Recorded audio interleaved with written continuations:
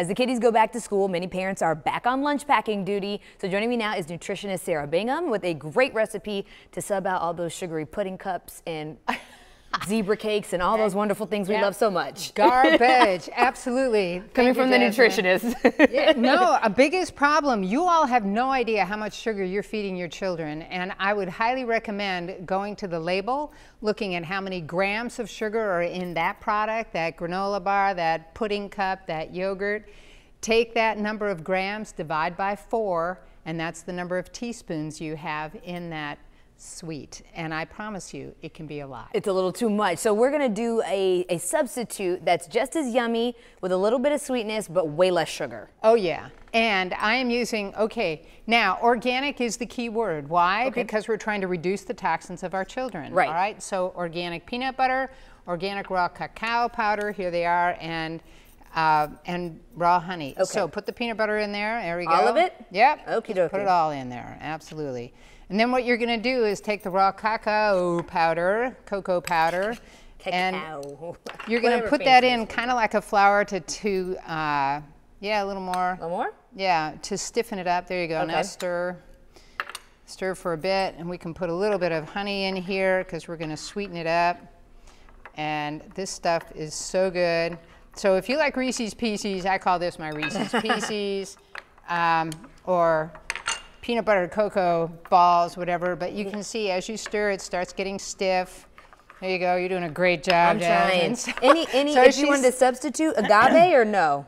No, agave is worse than agave is honey? highly concentrated and just as bad as high fructose corn syrup. Got it. Raw honey is what God gave us, and I love the fact that, now that is pretty stiff, and you can put that right and create a ball in your hand. Just roll it around and then put it on the plate. There you go. And that's, now depending on the peanut butter. A little sticky, sorry. A little sticky, but at any rate, as Fun though. You can get the kids in on this. So if you add a little more cocoa powder, there you go.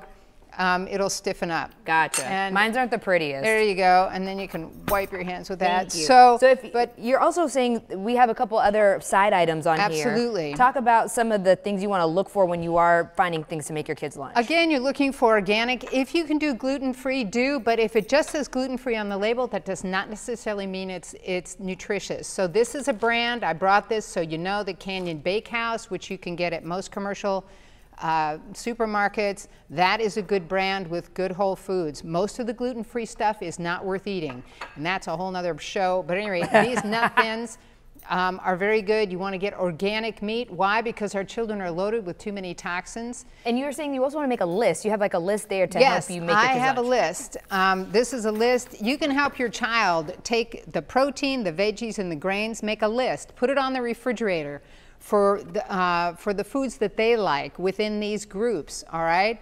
And then they put their lunch together. The most important thing is your child, give them the responsibility to put their lunch together.